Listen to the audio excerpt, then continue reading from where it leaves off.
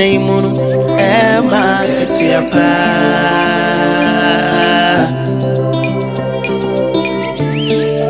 Ye no my munsam, my good dear munsam, Nina, Neka Sebo. It is some near just to send Nina.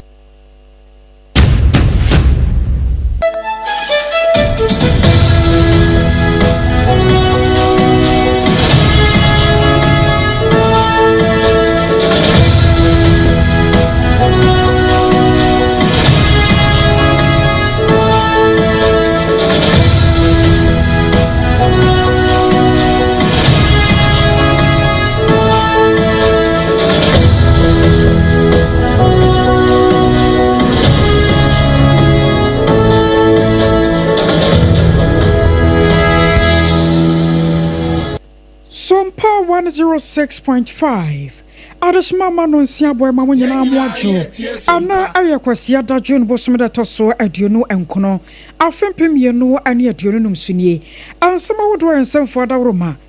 wabobo ne nyina no na yenso yatena se ebekenkan no adiamamo no ena na bra adrusuwe kase boko asante mantamu a SOMPA for the kase ye won manu 93.1 Wobanya benu watie ayiko wamba me ayiko ewo 100.9 asante mantem kronoa Paris France abrochimemu ayada for Paradio afeita kwa 101.1 Takrade 103.3 Tachiman ayo 106.1 woko sunyane ya 98.9 wamafo ye on mo afaka sieboibi afei SOMPA 90.7 so Enkranza yadam and 101.3 suni o ko doma force ye woko decoder na suni tuning radio nso a ayo SOMPA FM ayo marenfi sa Facebook on so yanam ho ayo SOMPA 106.5 SOMPA 106.5 Accra and ansam nyina no woko www.sompaonline.com ya kruche de aguo ya benya bi no wakenkan anansem wo yedeba no ne yedi makochi no bi ene se dwumade asonko bi ba bekoso awo otimantamu nam so ama otimantamu so forward ye ne gisam bi enso atudwa sanso ana bato anyame yadom akina Ghana Journalists Association Central Fonka wamuko wambato ewo ma Ghana mu no wamo ababeka sase fake voters list bi na monten so a eni kwasa Ghana fo yagidi kura na Gambia Awa bono mantamu na Gambia number 2 ane yadri wahene ye wana mo na yeboa asiama ade aresedia ato andisi abayanim se wode na dawrumo wano mo awamwe na mpontunwuma ansomra wanma kwamwei ane afoforo pi ya mano na de ka ho ane yese won konya minute no aduonu ntam yara baba somo se no nsia kasebo ampanyefo se abo antati abetime atwa so a na woda mabasio enyumako bia dawruma ana wanma domaso yesene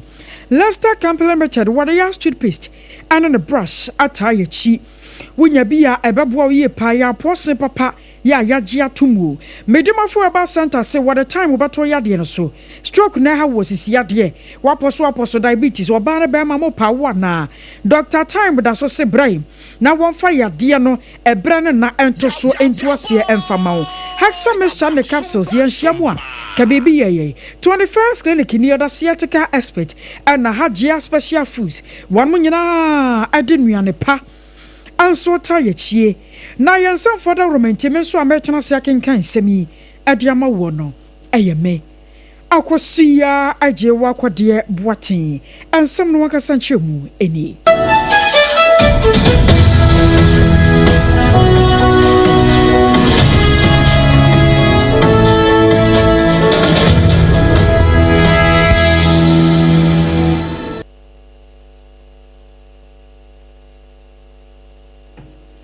Na jumadi asonko bi aba bekoso awo oti mantamu ne nyina da aye 2025 Republic Day aye Ponton Cruise Party jumadi asonko a empanyefo de baba hyehye so awo oti mantamu na atom aboa sane ye beya na aposo won mo koposo ne jumadi asonko a ekoso awo yensu awodo titiri no oti mantamu de no atumi ababa ya krabehwe na seduru sa party ni sa jumadi asonko ya aye na ni papa piankoma one more soma wagye sem to adanko aye ne one more mu fra chichiri enam ya ya wodo a ebe nyina de wodoba bebo dom eba ba hwase won betumi ade dwumade ne afahya no amana ye fe na fe aye krabahwe ede aka ho na eno nam so amana nse wo nyina da anim enioma wodo bi anam so na ekoso awo chimantam no mu chichiriw ana nkwanta sauta edrumra bi kura no a na akwakwa eboache bi di na anu da yede mu arehosam eba ba som yeso suku ni akoda baako wanam so ati nananom awo ansiado na eno nanam so ma youth president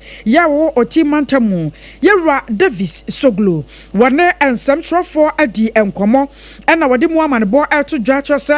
enche kra eda soronko asa adwumadie wo mu bedie no wo mdi mu amanebo nyina ba bebo ensam trofo sansa eyadwumadie a wan mafato omo so no mu se afu wadie no ewo se eye krabehwe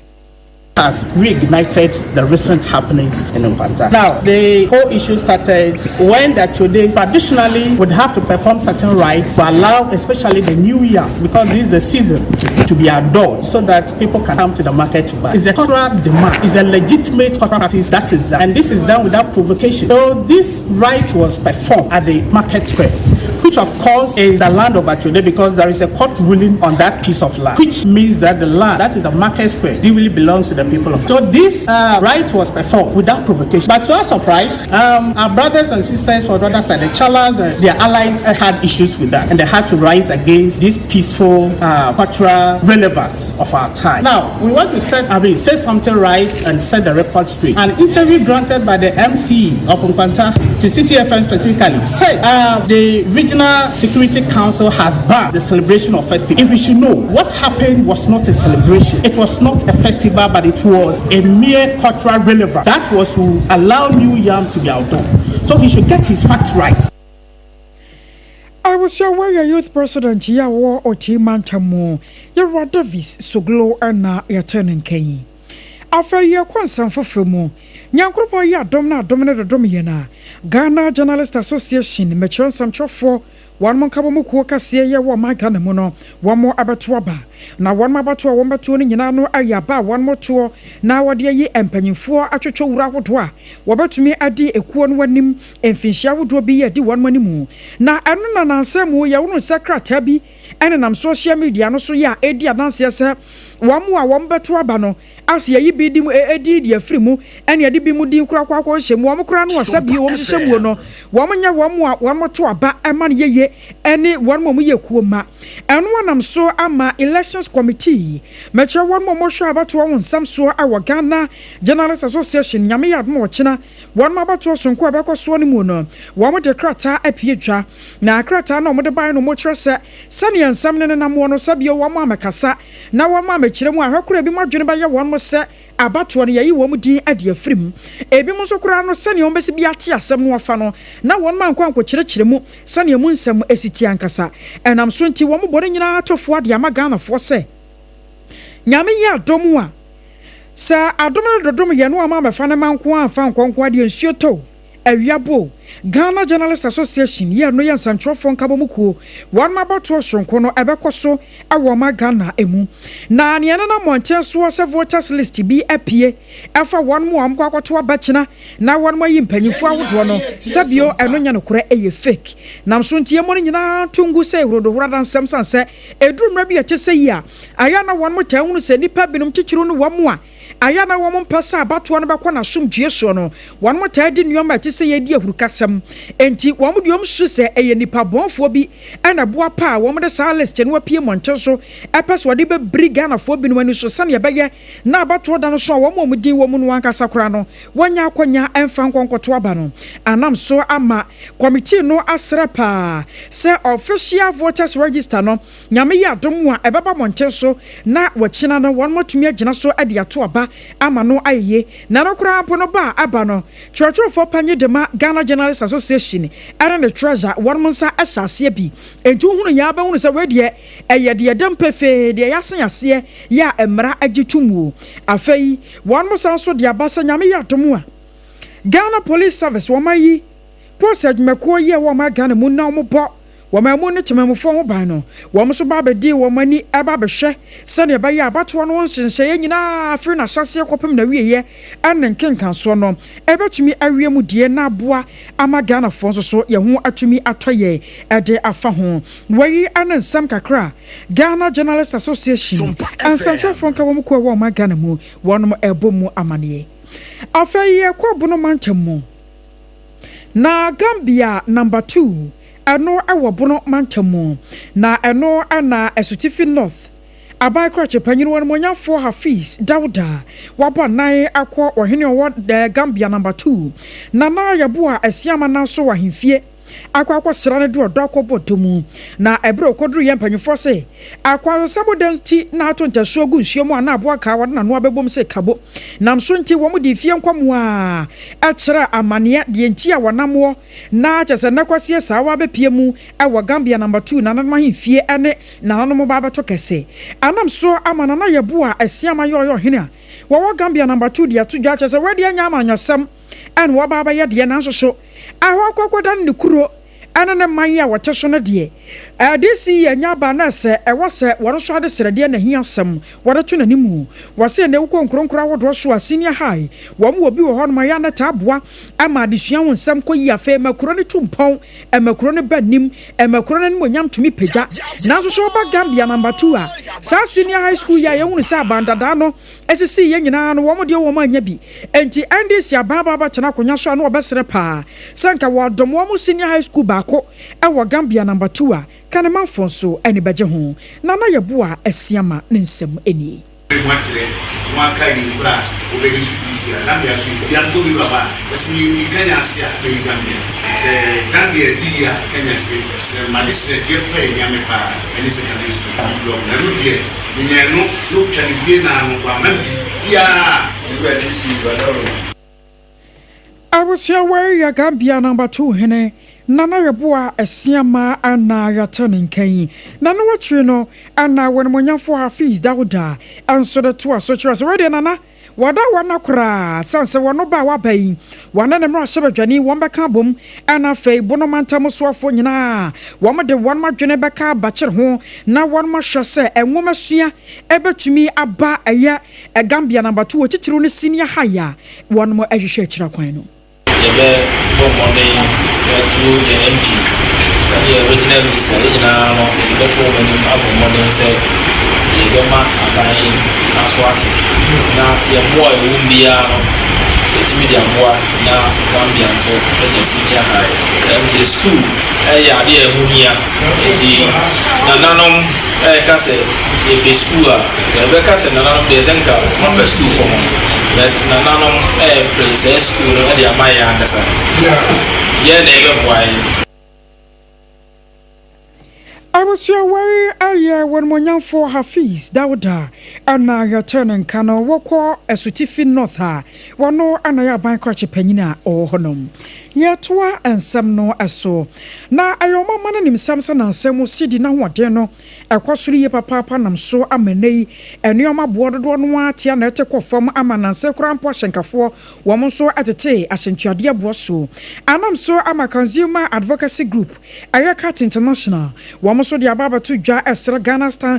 statistical service so word na ne kine yada won mo hwai sane baye na nuoma wodo bia ye krade free nkrofo ama so ba sane sidi na woden anya ne ntu papa gina so na kwa akokọ nanimuo no wom konom kokra nuoma no de ba wom wanka sanfa wom boa antoto so ema se bio Ghana de hye no yani ema ma hangu yensam kora wose ye wa Ghana fo binimu a wom de wom nte kura so dogo bi mpunu abena nkamfanse wom ma na dwuma ma je so yaye ebi mu adwembo ne se bio didi won mo kirim sa atadwe pa wom nya won madwene so mo pa Ghana nkankọ ne yoyo nti de ba bia aban no ne kira no na wom so twe aban ne san nam so nti won mo sra Ghana statistical service se Woman for money chiraho, Nanyama would do a kra, at the frame crop for my show a ba, Wama Gana Mubabatoni Yano, and I'm sad dollar and what denko for Munti, San your manosia at Tashua, Wama so bet me at Tasho, I Wama Gana, ya Jan, a jar would do a dimu. Was a Quabana Sanwa, a bet to me a bois, a more mine one Casania who ye sidino, and soon so papa and ya, and then I want ya, at me a general, I Wama Gana a moon. One much ramsa will shamwa, a frame Bosumenwa, a film pimion. Dionu numia ye womwe ade besa na sid na woden every 15 Ghana cedis na baba gina 10 Ghana cedis 20 pesos no kire se wo man kakra ye kokko yanim sa Ghana ne ye kwaso akonkoden ne emia yani ehwe se ne omapa aban ne de gu akwamu no yenso ye betumi anyamfa sotwire de afiri so a enke ye ho betumi anhan ye pa na owura ne din ane asante boaten wono anane nsamtrofo edi nkomo ya wo kire se ene wo bo ma Ghana mu a ye wonu ye baby kura pete sa banche sabio no ye nkra ye wo bode mankani nyaadoa saa ne mane nyina ye nkra nanso ko adwama so a sene ne bo akwakwo gina mo abo na ya no ano odin wo kwakwo bisa dwamfo ma ye de behwe wutirim ne okajo sa nyambia wo na akọ afuo nim ekotutu ye entinsam we be pie firi won manum abakora no ema sabio se adwa no ne nuama no wo ne won mu nia no eno na Amakat International for de won manu atum etrese se ya ne ye bekọ no ne asisi de anya ahoden nanso ye dwa so ankasa entumi nyini tidi a ene no ma Ghana ye bekọ so ye bebre yi pa ye kwa goso na supervisor adema VRA ane netco awa hafo mantamu ora ato mensa ade nano atomu na panyipa de atodwa atrasa nansa wo ye hunu bi sa anai dum so mane muso ye papa wa hafo mantamu ne kane no eni ba sa mene kyerem yensa wa bra enumuo na ne nyina no sabi mpradia sa na nyesa bi eboa paye anasa wo mo ankasa boapa ena na wo maka mo kyira pa mo sa wo mo sore ya sabio wo mo dafiri wo mo kata so anu ma sase so mo kwa kodundum kane a na ma mo hwem abasa bosome na kakra nie no wo ma hunu sa eduruma bi ya aya na enuoma hatwene etumi kura firi won mu fidie afenso kura mpo mo timu se nua ne anuoma ahodo betimi twa na baba to wires ni bi so na nam so ama enkronkura ahodo binom wo mo enka ne ho nsam no akwa atwe kakra na nso nto mbasre sasa nuoma bi ya tese yesi na transformer ho techema aya na mo mra mebo enedko ene VR mpanyimfo amane yese ne be ya wo so wo mo be ha sansa wo mo kwa ba akofo mani entumi nso nyame ne kata na wo manfa wo mo tikuro no ankasa so no wo mo na betumi ahunu nti bibia tese ye no wo mo yo mo so kire ntamu a anka betumi aboa ye. The lights are not mean can't just say lighting do I'll be a liar. The lights will go off. But the frequent at which it goes in a day, yes, that will be minimized or controlled, eliminated completely. But the lights will go off. Light in the day, you can be also even if for on your transformer or several heading come up until your transformer be communicate. Light in the call. Maybe can say you can say maybe brush line sound correct and I say go maybe sana maybe he may have his challenges but example say the flash up man lines no crazy about this area and what you know ana ora ato mensa adoto so asra omanfo nyina se ewom sanka ne ana nanse ntimi nyina na so wo so ne fafra mu de na so basre se wom go so da aye ho adwuma ya enchekora enka ne ano ebese gina so bio. If your friend ABI, on ABI, or control the whole boss, and a cuckoo, you get them a echo, a honey kubisa. Oh, I'm not if you want to buy Ghanaian, or be a Ghanaian because Sana Ghanaian, and yet as long as you can echo, or Jayami, for transmission in the Kubisa store floor, and I didn't say boom, they ran away. Only a Ghanaian, Echo Africa, the same thing. Did you know I should say it? And Yamina May, men question Kanyan, Quayas, I give an Quaya. No, Yanin Stem Waha, and Yamina May, but a fodder, it developed, and ever, but those days never actually about 1 hour 30 minutes. You feeling to send a feeling.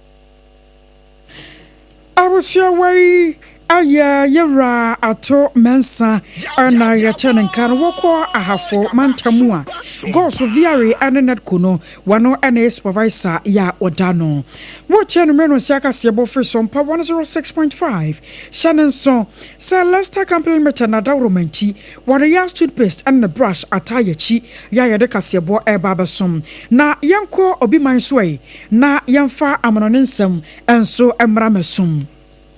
Amanonin Samuel Yako Aya Bangkok.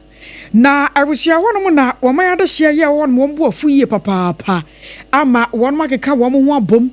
ayo ya kire wo monten so ye yenko adayi a won mo kire sa wo mo prime minister ya friend sa patontarin shina watara aha apambrofo na o kire sa owura no ewoso wokọ kwa woso wokọ nyina na sa wane wapanyi pa bia kwa kodi nkomo opanyi friend sa hunsen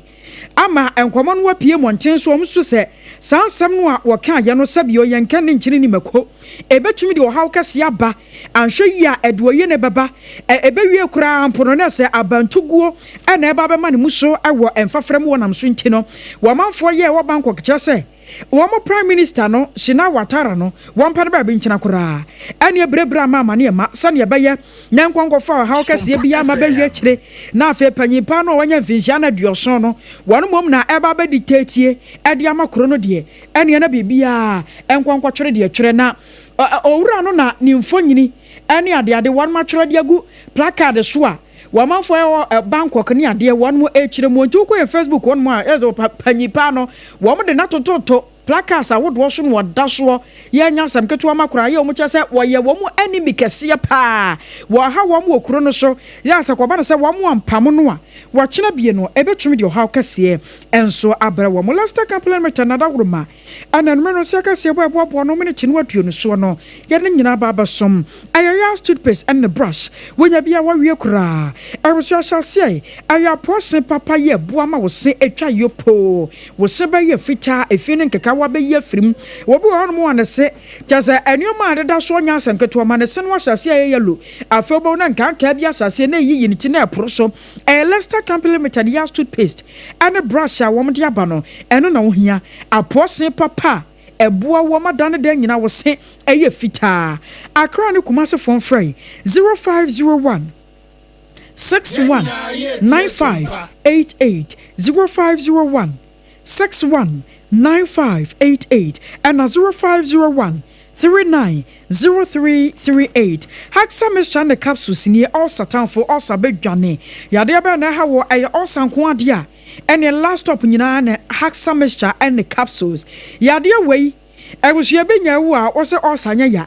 all sayade eno na aduane to yam wo abuei aduane ni mu nso abuei wotimi bunyam soa ma de no wodi nyina beka ho eno ne osa no eno ti hyase ne kope Haxa Mr. ne capsule se kira kwan ebetu ase kura we Food and Drugs Authority one magia tum se ye akra madina koforu dia koma se tema ashama kasoa 0240 238 310 Medima for about Santana was a Dr. Time da so Dr. Rena de emena na to yade so bosomi ampa ho na watwe ampa ho was stroke na ha wo a ena no wura bi bedi adanse was na no e twa nsuo se ya ne nsa achia na kwankura de agya wontimi kura ntwa no de ahwe obi nanso akwa medimafo aba center ho doctor de mera na to ne yade so no anu no stroke o na no achi o na no eba nsuo ni nyina afiri hokọ we kire se medimafo aba center doctor tiete wano na busua wo ye adwuma pa ensankyere ne anwade a wo ye no enya asem keto ama na wo se wo ba pemfo anaso wo ba wo pa wo eka wo nko na nka ba ye bia beto na so oh wonu kunu ni nyina monko waso obem woduro bosome ba ko pepepe wobekọ hospital ni ase wonyim wompewe na apade 0244 774282 0244 774282 na de wonom eni enkomo siatika yade no 21st clinic ne to ase wo to ase deku abransan so mabiem kura wo to ase ntini atwenwa de aba na amromu emo hyehyew emo twetwen woje ba bia anyi a aye 21st clinic o the sciatica expert eno no ebusuan hyase ne won mo ani nkomo na epe won mo kira kwan na ene won mo enkasa 0540 311 0540 311 na no 21st for any nkomo Hajia special foods a local food papa aduane pafie ne ho aduane jai restaurant awodo munyina monko Hajia monko pene nuane pay bi na munimam ho ntomo wonya bi a wahwie 0246359921 0246359921 nada romanti yankenkan messages kakra bi na fe yensoro so warina na message bi nie wase we the best news free the capital Accra yada se papa panyami show nana kwamo aboachi ni ablekuma central and wase jayo wo tie no wadanso ma no asore da ho jai ededam na wachia commander Prince Obey Greater Accra regional organizer de ma NPP wase still maintain o yansan fa ne mra bi piaga nie wase Dr. Baomia for 2028 wababa no wasanso ababiem yadam wase ye gina we so na yakọ mi ambachi na sema yansan for panyi Ora Prince atabuati adawroma wase amukroje de ma me mansemi efa sompa 93.1 ya fedekase wa asante mantamu ayiko 100.9 adam for radio Paris France abochime mutakwa 101.1 takwa de 103.3 Tachiman 106.1 Sunyana 98.9 141 kranza ya damwasio